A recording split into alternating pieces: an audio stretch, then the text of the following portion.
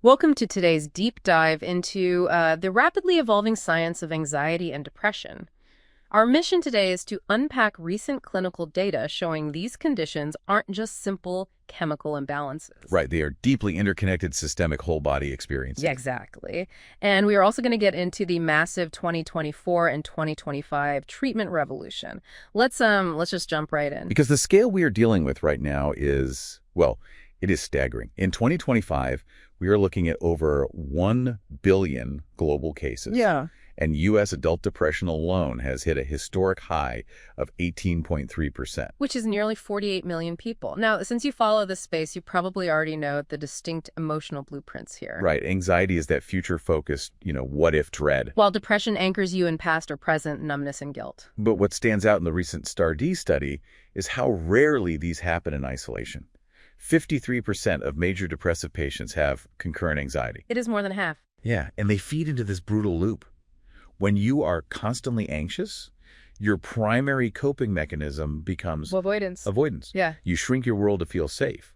But that behavioral restriction exhausts your cognitive reserves and directly triggers isolation. And what clinicians call anhedonia. Exactly. Basically, a complete inability to feel pleasure. So it is a compounding behavioral cycle. But looking at the biological mechanics, this isn't just happening in the brain, is it? Not at all. And that is a massive shift in how we understand this.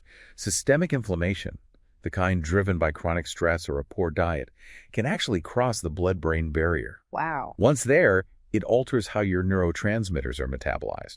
But the real twist is where a lot of these chemicals originate. The gut-brain connection. Specific bacteria, like Lactobacillus reuteri, dictate the availability of your serotonin and GABA. The chemicals that keep you calm. Right. Researchers have shown that if they take the gut microbiome of a naturally anxious donor and transplant it into a calm subject, the recipient actually starts acting anxious. You are basically a biological puppet to whatever you had for breakfast. It is a funny way to put it, Yeah. but medically accurate. But while our biological literacy has improved, there is a flip side to how we actually talk about these conditions now. It is a perfect pivot. With all these clear biological markers, you would think defining depression would be simple. But sociologists point to something called concept creep, a semantic analysis of 4.7 million New York Times articles from 1970 to 2023 shows depression morphed. From a strict clinical term into everyday slang, like when your friend says they are depressed because their favorite sports team lost. Exactly. It is a double-edged sword.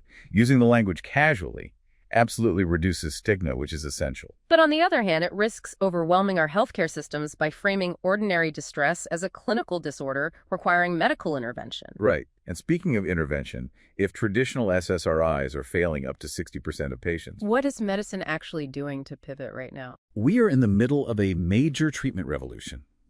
We are moving beyond standard antidepressants toward novel breakthroughs. Like FDA-approved esketamine and psychedelics like psilocybin. Let's unpack the psilocybin aspect because the mechanism is fascinating.